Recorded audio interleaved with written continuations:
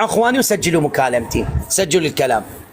قال دكتور اطلب منك طلب، وانا اقسم بالله لا ازيد حرف ولا انقص حرف من كلامي، وهذا الاذان دا يأذن والله على ما اقول شيء. قلت له قول.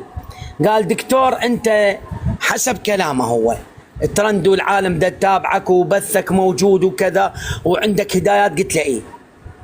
قال اقترح عليك اقتراح. قلت له قول. قال شنو رايك نجيب واحد؟ قلت له ايه.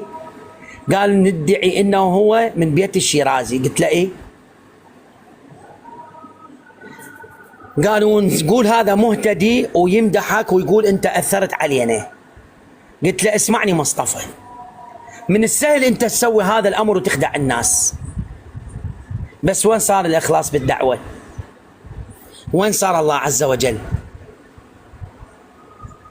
الله يرفع قدرك. قلت له الله عز وجل وين صار عني وعنك؟ قلت له احنا خدعنا الناس.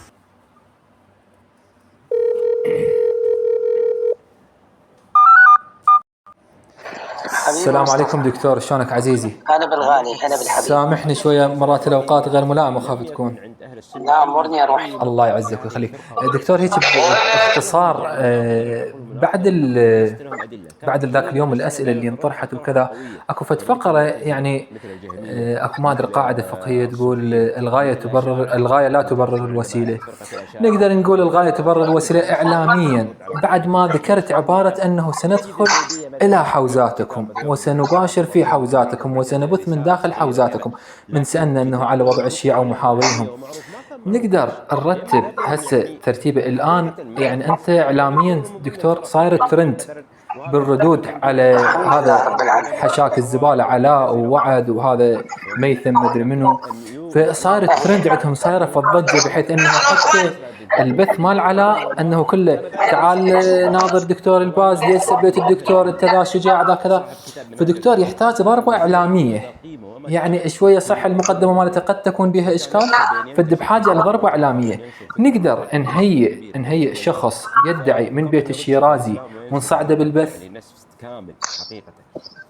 ارتب انا يعني الموضوع بيناتنا يكون فقط انه اهيئ شخص يدعي انه حفيد الشيرازي اللي ذول موجودين هنا بكربلاء، ويعلن انه انا ابائنا هيجي وانا اعلن وداخل بيوتنا داخل الحوزه مالتنا مال كربلاء مال الشيرازيه هذا البث سوى زلزال. صحيح يعني هو صحيح؟ لا يعني هو مو صحيح، فاعلاميا لازم احنا نديره هيجي. الله يرفع قدرك. تكون فد اضافه ان شاء الله لطيفه وانا بحط لك الاسئله. بس لا تطلب من احد الصعود راسلني الي. نعم هو بالاعلان راح ادخل انا بيه بيني وبينك. ماشي يعني راسلني على هذا التليفون. اي انا ما راح اصعد بيه. شلون؟ هذا التليفون ما راح اصعد بيه. تمام انا مو بمال مصطفى راح اصعد بمال الاعلام دكتور. ما عندي اشكال بس راسلني. ماشي. قول لي انا موجوده راح اصعد. ماشي ان شاء الله. ماشي حبيبي قلبي. ممنون. هلا بالغالي، هلا بالصبر. هلا دكتور. هلا بك.